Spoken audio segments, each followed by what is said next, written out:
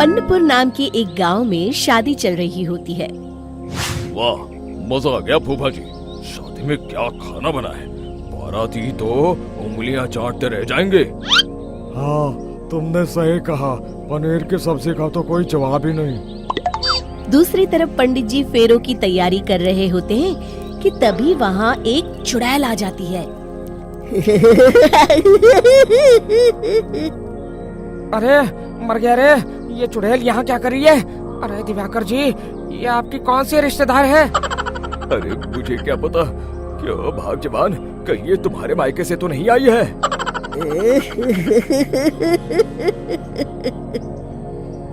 तुम लोगों की इस गांव में बारात लाने की हिम्मत कैसे हुई?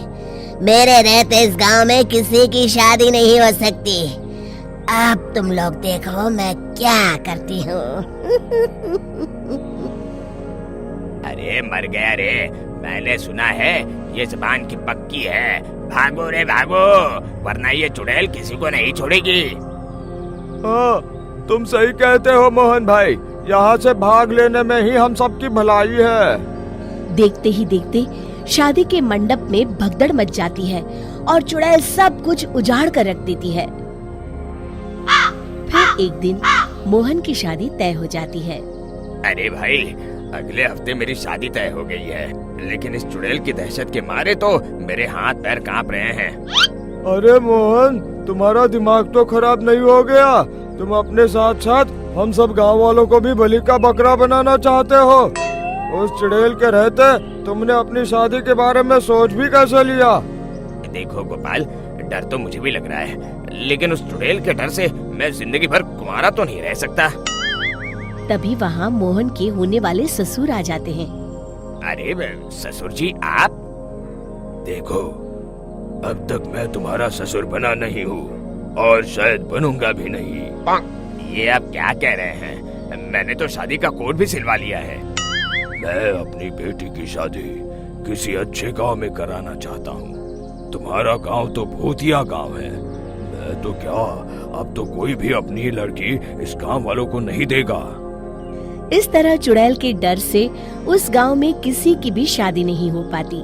फिर एक दिन गांव के जमींदार अपनी बेटी की शादी करने का विचार करते हैं, लेकिन चुड़ैल के डर से उनकी भी हिम्मत जवाब दे देती है।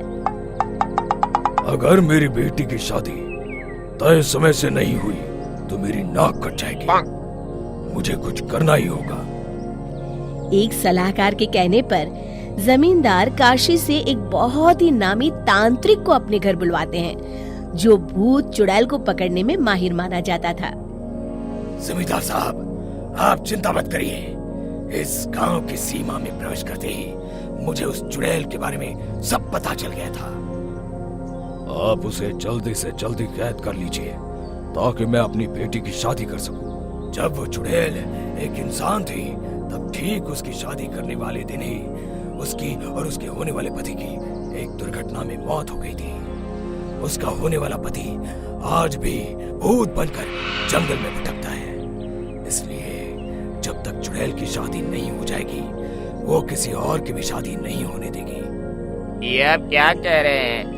अगर वो भूत भी हमारे गांव में आ गया, तब हमारा क्या होगा? ये आदमी बीच में बहुत बोलता है, इसे बाहर निकालो। उसके बाद तांत्रिक बताते हैं कि अगर उस भूत के साथ चुड़ैल की शादी करा दी जाए तो वो चुड़ैल हमेशा हमेशा के लिए उस गांव को छोड़कर चली जाएगी। जमींदार साहब, आप अपनी बेटी की शादी की तैयारी शुरू कर दीजिए। मैं कुछ गांव वालों को अपने साथ लेकर उस भूत को ढूंढने जंगल की ओर जाता हूँ। इस तरह जमींदार निश्चित होकर अपनी बेटी की शादी करवाने लगते हैं, लेकिन तभी वहाँ चुड़ैल आ जाती है। मैंने तुम गांव वालों को समझाया था ना कि इस गांव में कभी कोई शादी नहीं करेगा। लगता है तुम लोग मुझे हल्के में ले रहे हो। चुड़ैल जमींदार की बेटी को उठा लेती है।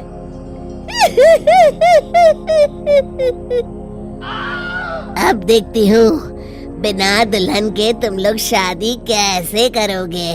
मैं इसे अपने साथ ले जा रही हूँ। छोड़ मुझे, पिताजी, मुझे बचाइए। अरे कोई मेरी बेटी को बचाओ। तभी तांत्रिक उस भूत को लेकर वहाँ पहुँचता है। अरे भाग्यवान, रुको, इन मासूमों को परेशान मत करो, मैं आ गया हूँ, अब तुम मेरे साथ चलो। चुड़ैल बहुत खुश हो जाती है। आप आ गए, चलिए अब हम मंदिर में चलकर शादी कर लेते हैं। अरे अरे अरे अरे, ये क्या कह रही हो?